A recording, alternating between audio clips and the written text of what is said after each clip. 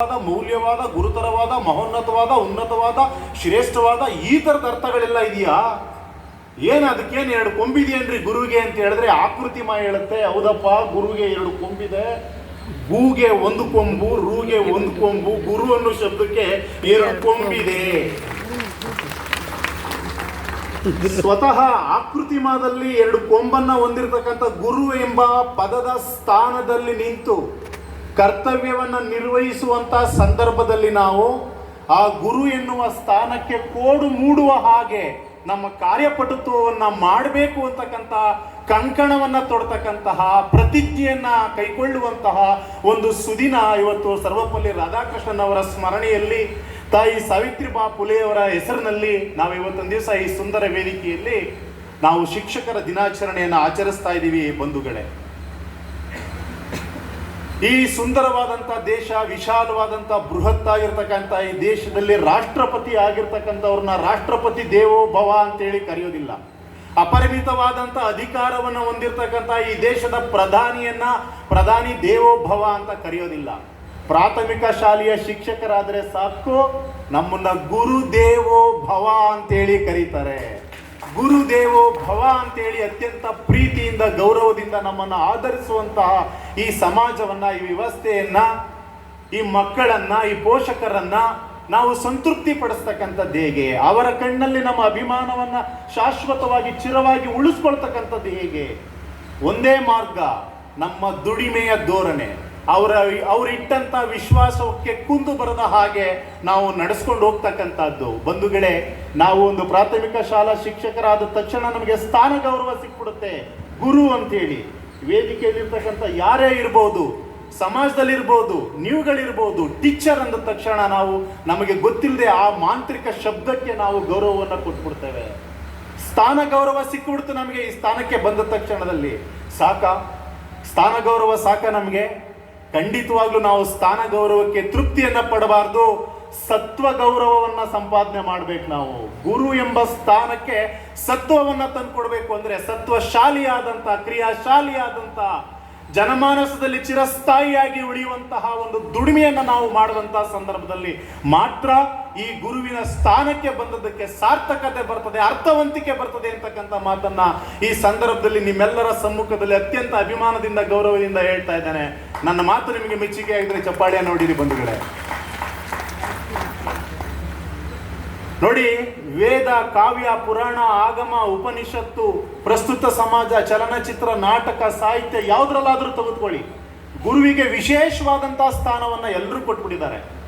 ನಮ್ಮ ಸರ್ವಜ್ಞ ಅವ್ರನ್ನ ಹೋಗಿ ಕೇಳ್ಬೇಕು ನಾವು ಸಾಹಿತ್ಯದಲ್ಲಿ, ಏನಪ್ಪ ಗುರು ಅಂದ್ರೆ ಏನಪ್ಪ? ಸರ್ವಜ್ಞ ಹೇಳ್ತಾರೆ, ತಂದೆಗೂ ಗುರುವಿಗೂ ಒಂದು ಅಂತರ ಉಂಟು.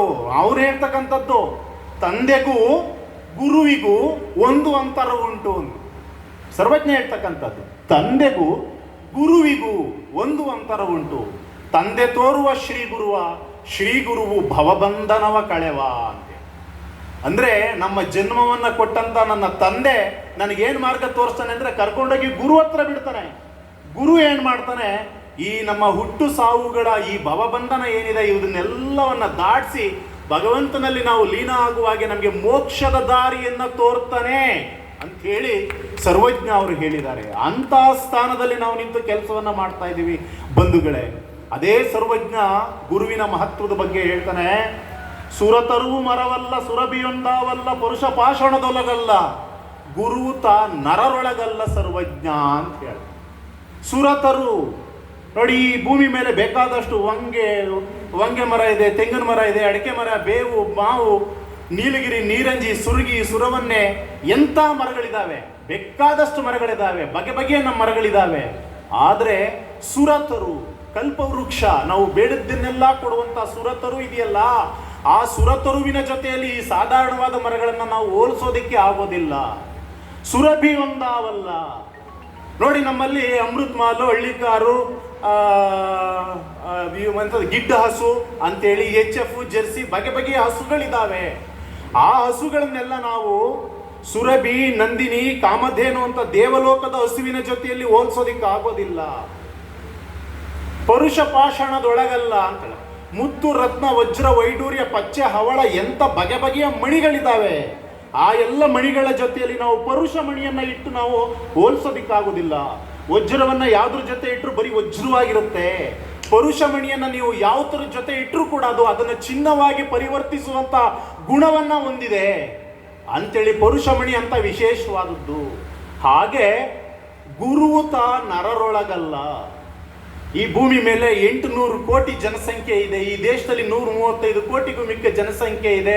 ಇಷ್ಟು ಜನಸಂಖ್ಯೆ ಬಾಹುಳ್ಯ ಇರ್ತಕ್ಕಂಥ ದೇಶದಲ್ಲಿ ಸಾಧಾರಣವಾದ ಜನಗಳ ಜೊತೆ ಈ ಗುರುಗಳನ್ನ ಇಟ್ಟು ನಾವು ಹೋಲಿಸೋದಿಕ್ಕಾಗೋದಿಲ್ಲ. ಅವರೇ ಬೇರೆ, ಇವರೇ ಬೇರೆ. ಗುರು ಅಂತಕ್ಕಂಥದ್ದು ವಿಶೇಷವಾದಂಥ ಜನಗಳು ಅನ್ನುವ ಮಾತನ್ನ ಸರ್ವಜ್ಞ ಅವತ್ತೊಂದು ದಿವಸದಲ್ಲಿ ನಮಗೆ ಮನವರಿಕೆಯನ್ನು ಮಾಡಿಕೊಟ್ಟಿದ್ದಾರೆ ಬಂಧುಗಳೇ. ಆದ್ರಿಂದ ಬಂಧುಗಳೇ, ಗುರು ಅಂತಕ್ಕಂಥವನು ಒಬ್ಬ ನಂದಾದೀಪವಾಗಿ, ಕಬ್ಬಿನ ಜಲ್ಲೆಯಾಗಿ, ಗಂಧದ ಕೊರಡಾಗಿ ತನ್ನ ಬದುಕನ್ನ ಕ್ರಮಿಸಿದಾಗ, ತನ್ನ ವೃತ್ತಿ ಬದುಕನ್ನ ನಡೆಸಿದಾಗ ಈ ಒಂದು ವೃತ್ತಿಗೆ ಗೌರವ ಅಂತಕ್ಕಂಥದ್ದು, ಮನ್ನಣೆ ಅಂತಕ್ಕಂಥದ್ದು ತನ್ಮುಖೇನ ನಿಮಗೆ ಸಮಾಜ ತೋರ್ತಕ್ಕಂಥ ಗೌರವಕ್ಕೆ ಅರ್ಥವಂತಿಕೆ ಬರುತ್ತೆ ಅಂತೇಳಿ ಬಂಧುಗಳೇ. ನಂದಾದೀಪ ಅಂತ ಶಿಕ್ಷಕರನ್ನ ಹೇಳಿದ್ವಲ್ಲ, ಏನಂತ ಹೇಳಿದ್ರೆ ನಂದಾದೀಪ ಬೆಳಕನ್ನ ಕೊಡುತ್ತೆ, ಕತ್ತಲೆಯನ್ನ ಓಡಿಸುತ್ತೆ. ಎಷ್ಟು ಚೆನ್ನಾಗಿ ಹೇಳ್ತಾರೆ ನಮ್ಮ ಜನಪದದಲ್ಲಿ ಗೊತ್ತೇ ತಮಗೆ? ಯಾರು ಇದ್ದರೆ ಏನು ತಾಯವ್ವನ ಓಲ್ಯಾರ, ಸಾವಿರ ಕೊಳ್ಳಿ ಒಲೆಯಾಗ ಇದ್ದಾರು ಜ್ಯೋತಿ ನಿನ್ಯಾರ ಓಲ್ಯಾರ ಅಂತ ಹೇಳ್ತಾರೆ.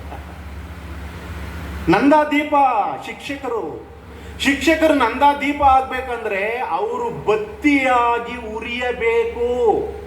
ಶಿಕ್ಷಕರು ತಾನು ಉರಿದು ಇತರರಿಗೆ ಬೆಳಕನ್ನು ಕೊಡುವಂತ ಪುಣ್ಯಾತ್ಮರು ಅವರು. They are not on ordinary people. ಕಬ್ಬಿನ ಜಲ್ಲೆ ಅಂತ ತಕ್ಷಣದಲ್ಲಿ ನಾವೇನು ಸಂತೋಷ ಪಡುವಂಗಿಲ್ಲ. ಎದೆ ಜಲ್ಲೆನ್ನುವ ಹಾಗೆ ಗಾಣಕ್ಕಾಕಿ ಹಿಂಡಿ ಅದರ ರಸ್ತೆ ಬದಿನಲ್ಲಿ ಕಬ್ಬಿನ ರಸ ತೆಗಿಯೋನಂತೂ ತರಗ ಮಾಡಾಕ್ಬಿಡ್ತಾನೆ, ಪೆಪ್ಪರ್ ಮಾಡಾಕ್ಬಿಡ್ತಾನೆ, ಪುಡಿ ಆಗುವವರೆಗೂ ನಜ್ಜುತ್ತಾನೆ, ರಸ ಹಿಂಡ್ತಾನೆ. ಹಾಗೆ ನಾವು ನಮ್ಮ ಒಂದು ವೈಯಕ್ತಿಕ ಬದುಕಿನ ಎಲ್ಲ ಸುಖ ಶಾಂತಿಗಳನ್ನ, ನೆಮ್ಮದಿಗಳ